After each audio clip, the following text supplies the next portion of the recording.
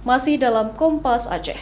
Saudara, ratusan nelayan dan pedagang kaki lima di tempat pelelangan ikan Lampulo, Banda Aceh nyaris ricuh dengan petugas pos pelayanan Kesyah Bandaran karena diduga menginjak dagangan makanan milik pedagang.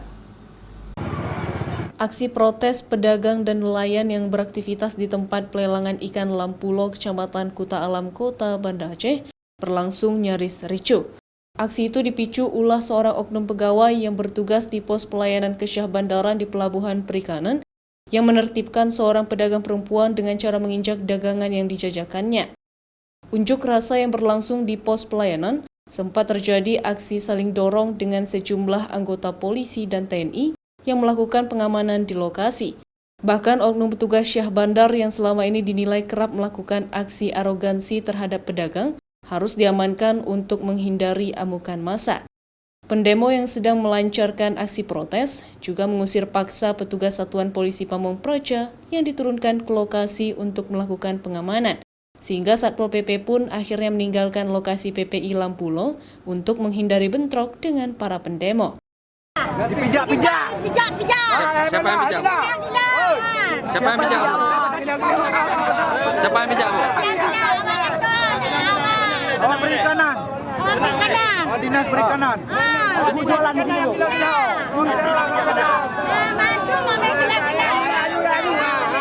Bayang ayo.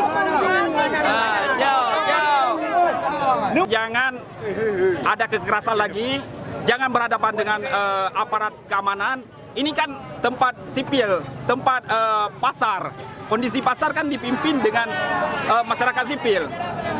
Kita harapkan di sini kita punya orang tua, lembaga laut adat Aceh kan bisa difungsikan lembaga laut itu.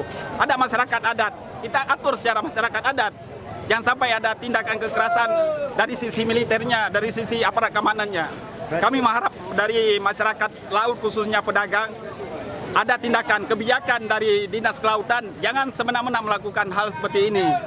Buntut dari aksi itu, pedagang meminta pemerintah Kota Banda Aceh untuk segera mengevaluasi penempatan petugas di tempat pelelangan ikan Lampulo, guna menghindari kekerasan fisik antara petugas dengan pedagang, karena di Lampulo juga memiliki lembaga adat laut yang harus dikedepankan dalam setiap penyelesaian persoalan di PPI Lampulo. Raja Umar, Kompas TV, Banda Aceh.